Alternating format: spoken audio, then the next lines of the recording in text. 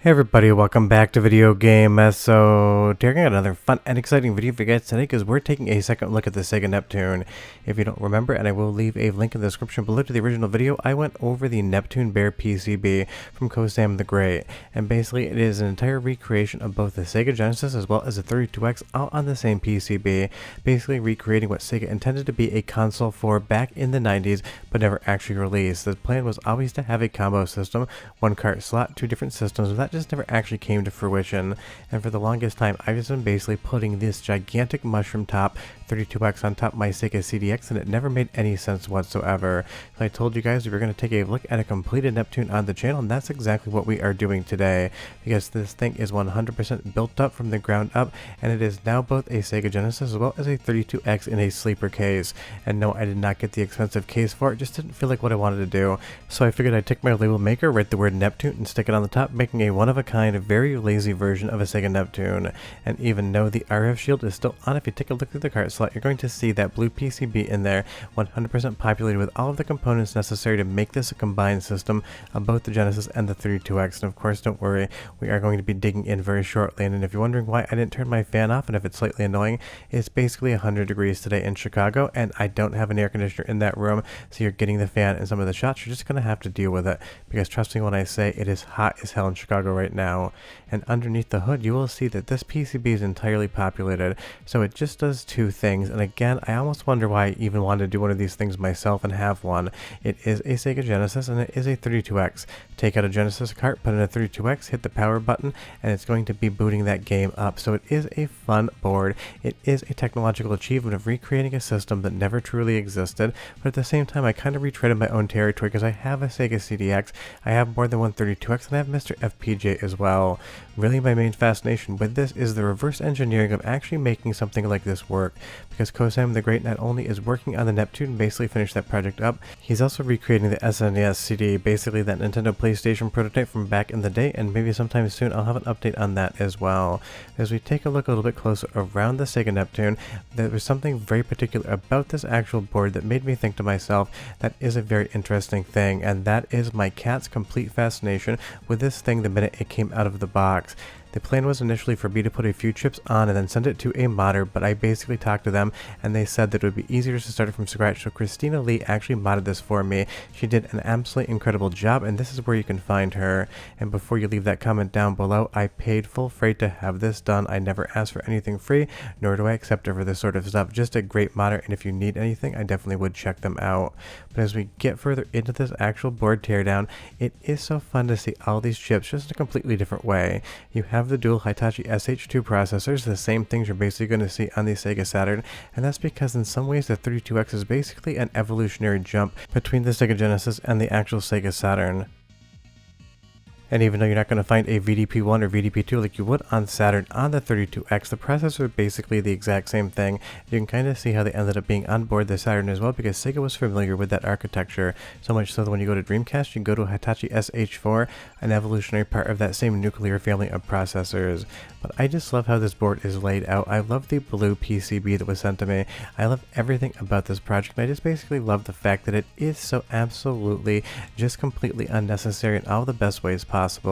Recreating the entirety of a PCB, doing something that an engineer at Sega would have done in the 90s working on this project just in your spare time, is absolutely, again, insane. As we take one more look at the PCB before it's actually populated, you'll see here this is where the Motorola 68000 CPU would go. Obviously the brains of the Sega Genesis, where the brains of the 32X would be those Hitachi SH2, and this was one of the bigger pin pitches on the entirety of this board. You'll see here, dime for scale, those pins are relatively far apart, at least for soldering is concerned. When you get over to some of the other custom Sega chips or the SH2 chips, you have what amounts to basically half a millimeter pin pitch between one leg and the other. That is a ton of space, and that is clearly a joke. It is basically almost touching itself, and you have to be an extremely competent person to do this. So again, I was going to put a few chips on the board, but basically in the order of operation, this seemed easier not to. And on a project I'm working on that I will show you shortly, you'll see here basically a resistor, and this is how small some of the components are actually getting. This is something I need to put onto a board myself, and I'll probably do it on camera. We're basically talking smaller than a grain of rice, in some instances smaller than half a grain of rice. And as we take a look here at the actual Sega chip that would have come from the Genesis, only certain models of this chip are going to be compatible with a Neptune project. So if you want to build one of these yourself, you have to go through the bill of materials, and you have to go through the GitHub page to basically understand what boards can work and what chips can work, because even though every Sega Genesis is a Sega Genesis, not every single piece of silicon is going to be identical, and some of them just aren't going to be compatible with this project. So if you want to do it, definitely check into that. But it's fun to see the board actually populated after going through all of the shots of the unpopulated PCB, and just think of the amount of work that these things actually take.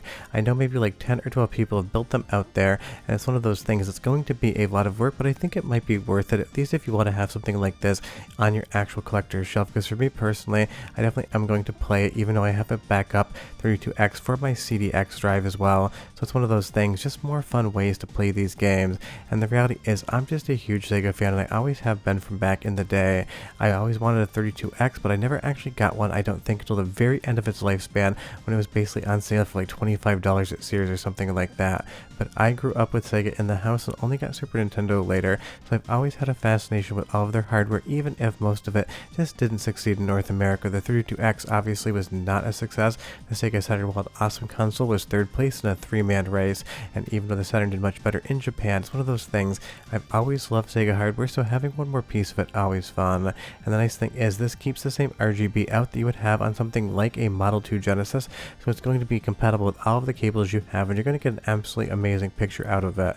And it is just so quaint looking in this case. I've loved that the PCB is designed just to slot right back in, and like I said, you can get some very advanced molded aftermarket cases, but I priced those things out. It was like $400 shipped just to get a case for this board, so I thought for myself, well, that would be a ton of fun. I could probably do something different with that $400 that might entertain me more than just having some more plastic, which I already have way too much of. And if we take a look at the bottom, you're going to see this is a double-sided PCB, and I'm sure there's a lot, at least like 3 or 4 layers for actual copper and tracing in between, but there's a ton to do on the bottom as well. A lot of resistors, some of which again are going to be absolutely tiny, but it's impressive that this board is laid out so well.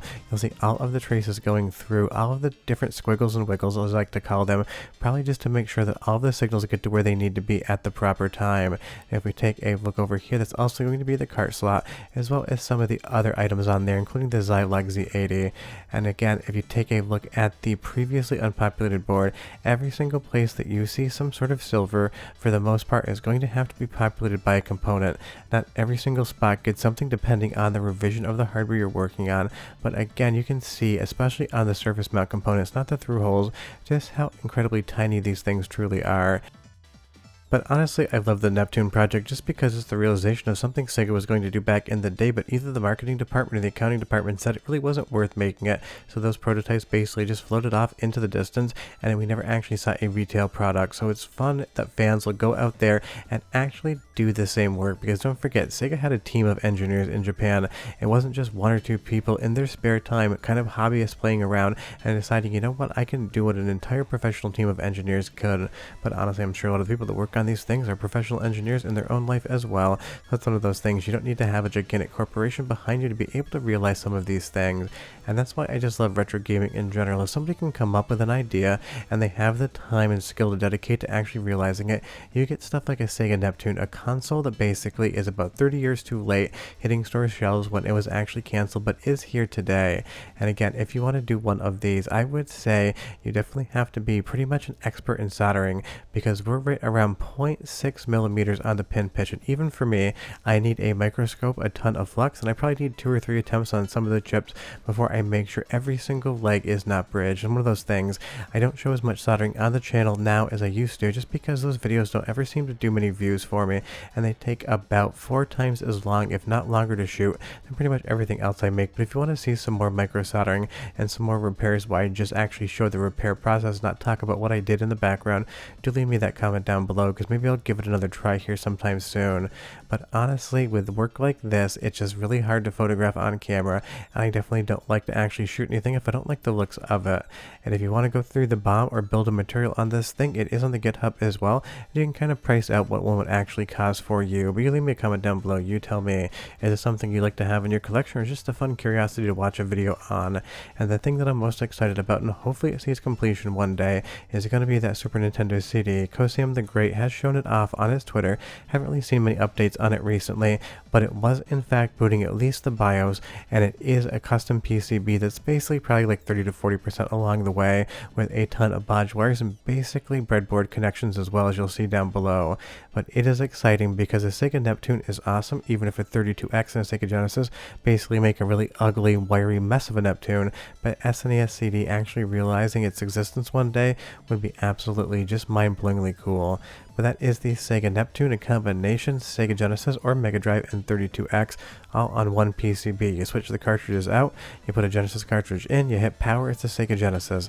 You take the cartridge out, put a 32X cartridge in, and turn it back on. Suddenly it's a 32X. It's the best of both worlds, even if the 32X library isn't the biggest thing in the world. But we're done. Hope you enjoyed the video. If you have any questions, leave them down below, and I'll see you next time. Bye-bye.